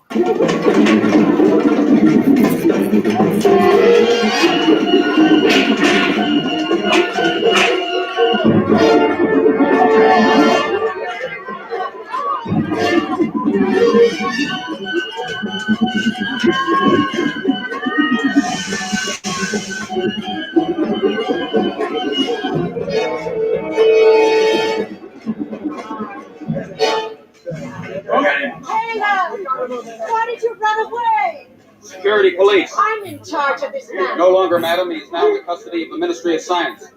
Get your stinking paws off me, you damn dirty ape. Take your stinking paws off me, you damn dirty ape. Off me, you damn dirty ape. The Ministry of Science. Take your stinking paws off me, you damn dirty ape.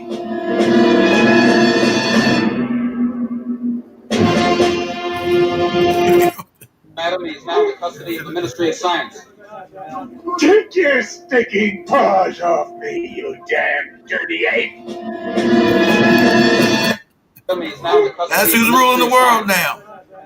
Take your stinking paws off me, you damn dirty ape.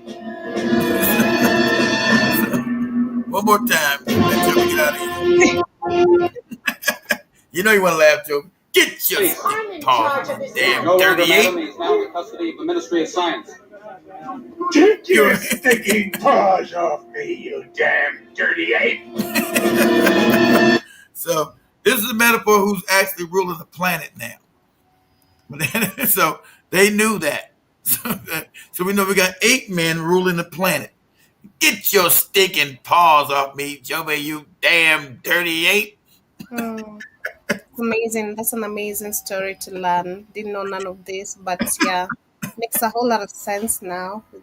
Yeah, Their so, creation. I didn't even know chimpanzees eat flesh, literally. yes, Joe, but they eat meat. They'll eat your ass in a minute. Come here, pretty lady. And then you say, you'll say, get your paws off me, you damn dirty ape. Let's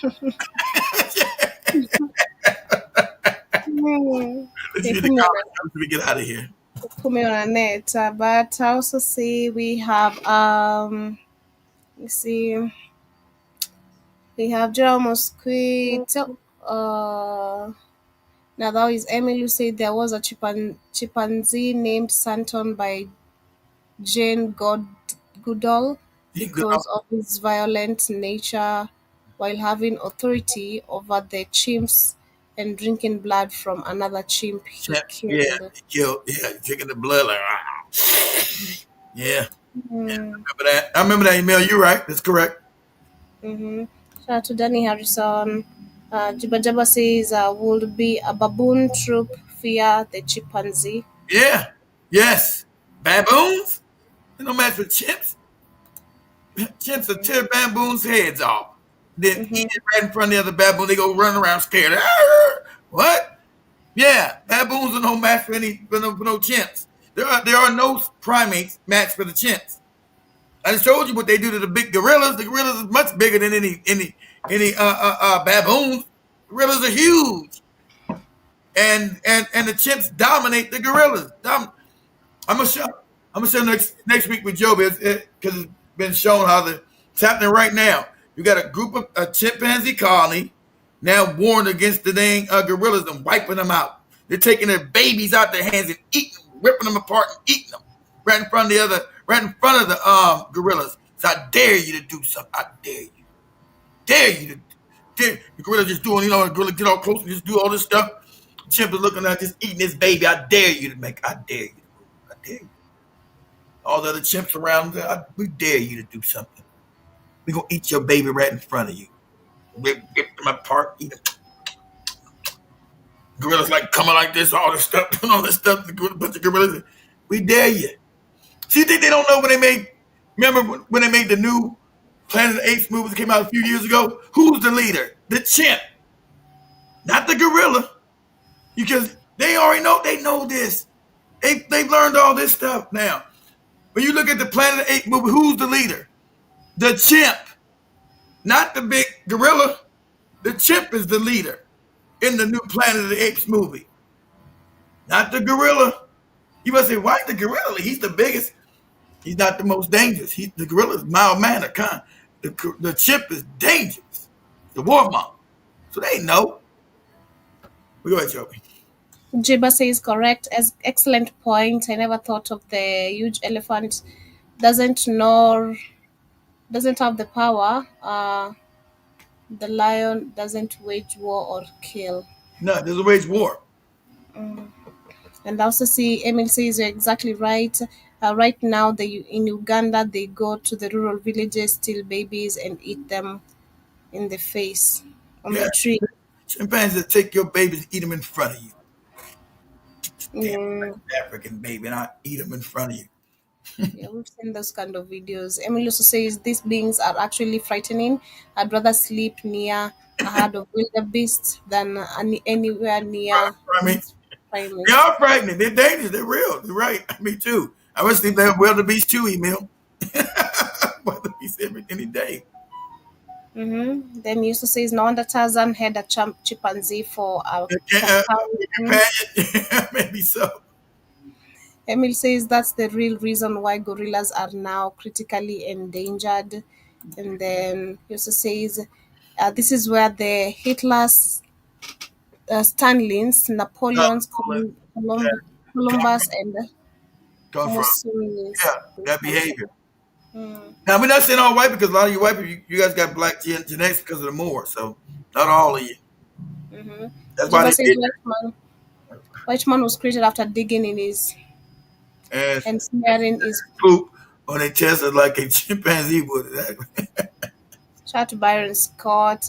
You also say Jiba says instead of teaching a black child about Jesus, we definitely should be studying the chimpanzee instead. I know that's No, right. because you'll make the correlation. They know you'll say, "Oh, you." That's why you see the scientists. They were like, "Oh," ooh. They know they were looking at themselves like, "Oh, sheesh." Mm-hmm. Shot the Hitman talking about Kamala Anthony says, "Did you hear the white supremacy are making death threats to the family?" Yeah, We talked about that Wednesday. We talked Mm-hmm. about that Wednesday, Hitman. Mm-hmm. Juba says a black gorilla were the soldiers and the lighter orangutan were the senators. Yeah, Color. exactly. Remember, yeah, in the movie, exactly. In the movie, and the leader was what? The chimpanzee, exactly. They know this. They know this stuff. Mm-hmm. Jason says it's a big gorilla over 6 feet. People showing on TikTok, and then Emil says even AI tells a baboon isn't any match for a chimpanzee, even though Uh, baboons are also fierce. Just research this. yeah, yeah, they're fierce, but they're not. They're not. They don't know.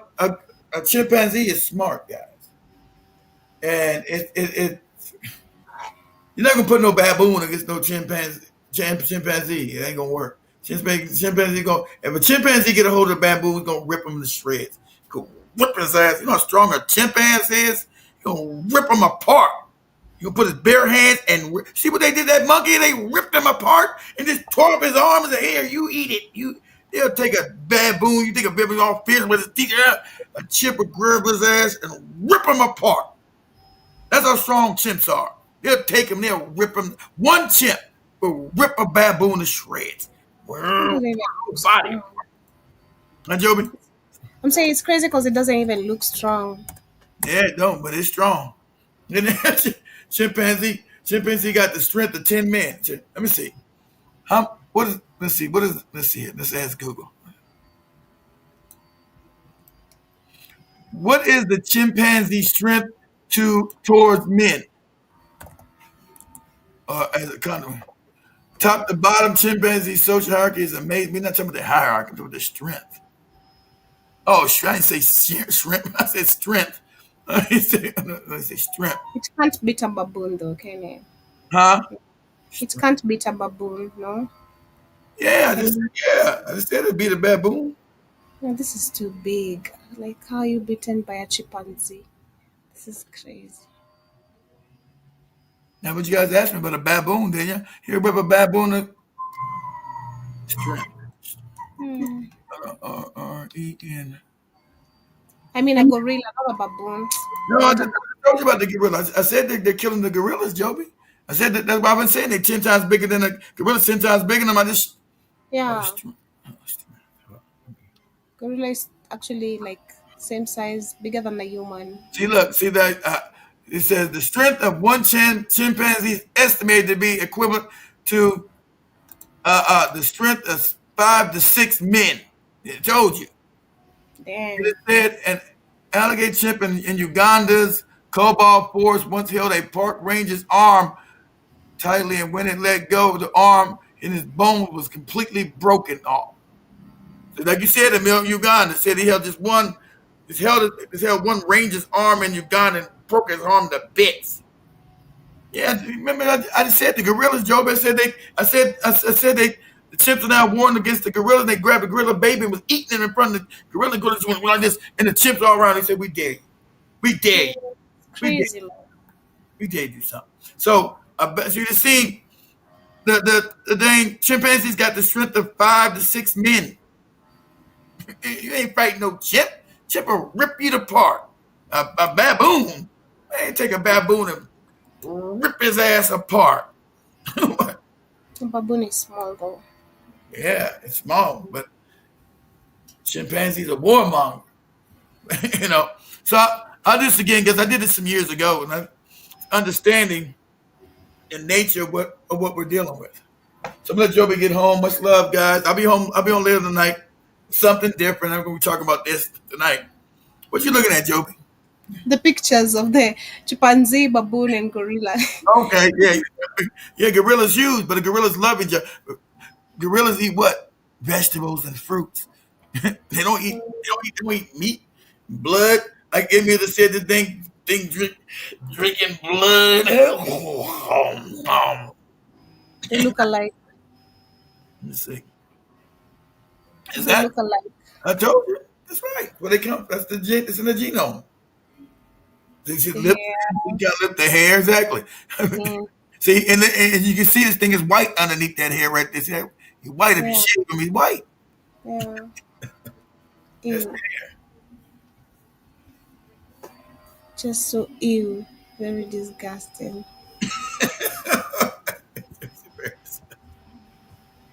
Mm. Yeah, remember that she was sleeping with that chimpanzee. Remember, grabbed her friend and ripped her friend's face off. Snowbia, when that old lady was sleeping with the chimp, playing with his ball sack and shit, playing with his penis. They would take. She was bathing with him in the tub. What was the name of that chimp, guys? And then a friend came over, was jealous, and then that chimp attacked him and ripped. That's how. Remember, ripped that lady's face. So she had to get plastic surgery. Let's look up that. Joe, put us up. Say, chimpanzee rips off lady's friend's face.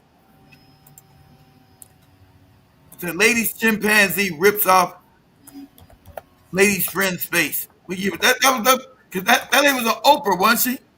Yeah, that's right, exactly right. So, she was taking baths with this thing, playing on this ball sack. Look at Joby. Look at Joby's face. Joby said, "Ooh." And no, it's them, Joby. They taking baths. Joby find the video.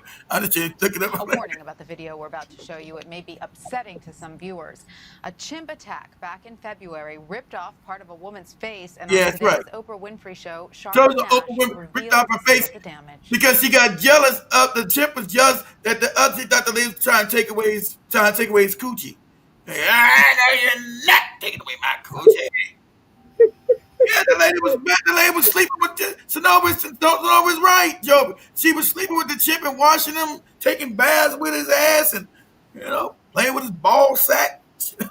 Go ahead. You ripped her face off. Go ahead, Joe. Go ahead. Look, God damn, let me see your face. The chimp got you, girl. Oh my god. So the veil is lifted. You know, many God people around the damn. world want to. Right. What the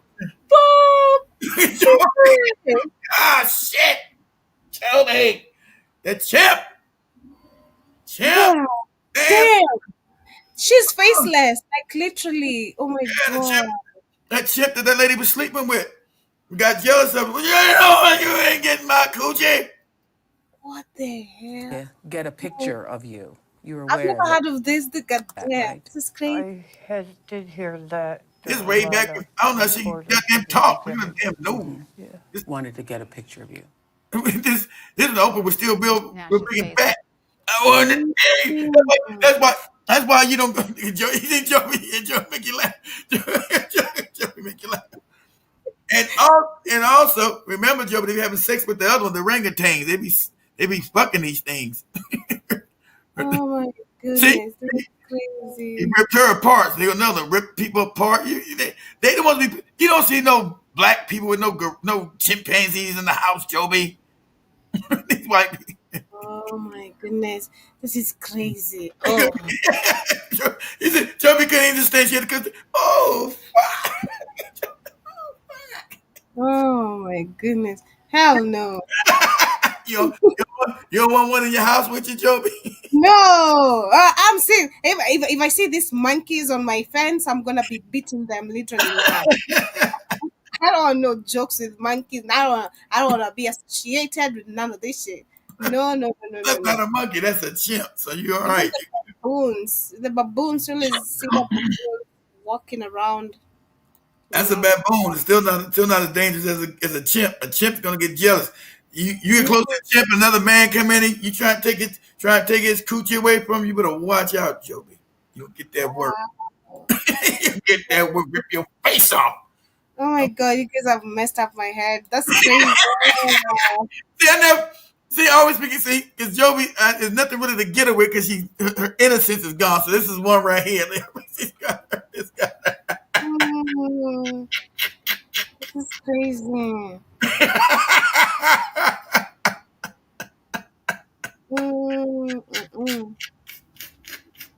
It's insane. And remember, it's like 10. This is old. It's like 15 years ago. Me and my friend was out. It was one dude caught having sex with one of them orangutans in New Jersey. Like, it's crazy. And that any which way blues he was having sex. you know they was that what they say he was having sex with an animal without the permission or something. He was living with that orangutan, having sex with it. He was effing that orangutan. Ooh, orangutan coochie. I've never seen this one. This one. All right, what is this one? This is an ape. Hey, lady, yo, bite the fucking brother, bite. Hey, porque no. ¿Cómo yo? ¿Qué huelga? ¿Cómo le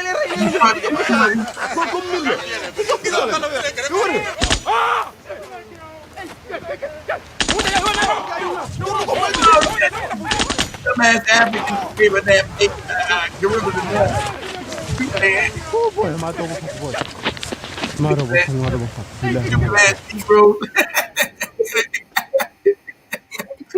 I've won. Literally. Oh my god, that's crazy. See, I wish. What's the chimpanzee they know? Like I told you, they know it was gene splicing. He's a guy's name is Charlie the chimp in New Jersey. He looks more like a human being. He's a chimp, and he didn't want to be around chimps. And he kept trying to attack the lady, trying to get her coochie, and finally she kept trying to get her because he would smell her coochie like, I want some of that coochie. Right? What was the name of that chimp? Say, put us up, Joby. Say Charlie the chimp. I say the New Jersey chimp. Say the New Jersey, say the New Jersey, Jersey. The New Jersey chimpanzee. Mm-hmm. That looked human. I don't know his name. See if they pop up what his name is. Oh no. There you go, right there. That's him right there. Scroll down. So don't go to shit. Scroll down. See, we see it. Yeah, right there. That's him right there. That's him right there. That woman. There you go, walking right there. See, that's what I'm talking about. In January 1976, news broke of a phenomenon. Pause it. So this is what I'm talking about, gene splicing, guys. So half the genes were human. That's because remember they were trying to closely making it to a human being, but it didn't. They stopped with him. So his genomes is close to human. This is how you get these other people. So this monkey, this ape is more human than ape. This is the gene splicing our ancestors did. That's why this thing would smoke and it would constantly trying to get this lady's coochie. And that's why she's going to show you. He would smell me. He said, I want that coochie. I'm coming to get it. He was trying to rape her and shit. He was too strong. I'm not going to get the whole thing, but look, that's the one he's Joby's face. So he's walking around like a human being. He's smoking cigarettes in the house, got his feet up against the couch with his feet crossed like this. That's crazy, man.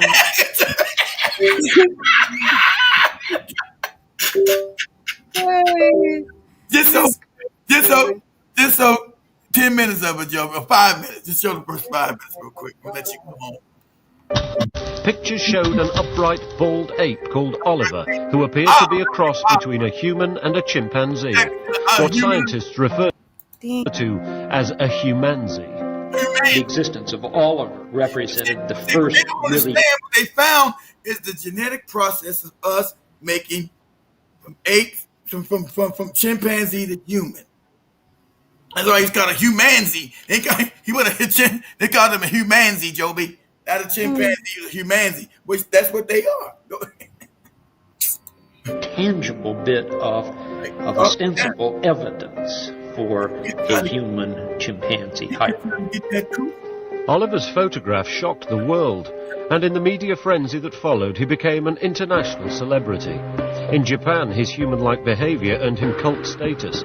In New York, some journalists described him as the missing link. Others dubbed him Bigfoot. You having cigarettes and shit? Ooh, shit, yeah. Coochie time. Oliver gradually faded from the spotlight and eventually disappeared. Now, 30 years on, he has been found still alive. And with the latest DNA profiling, we can finally solve the mystery of the Chimpanzee.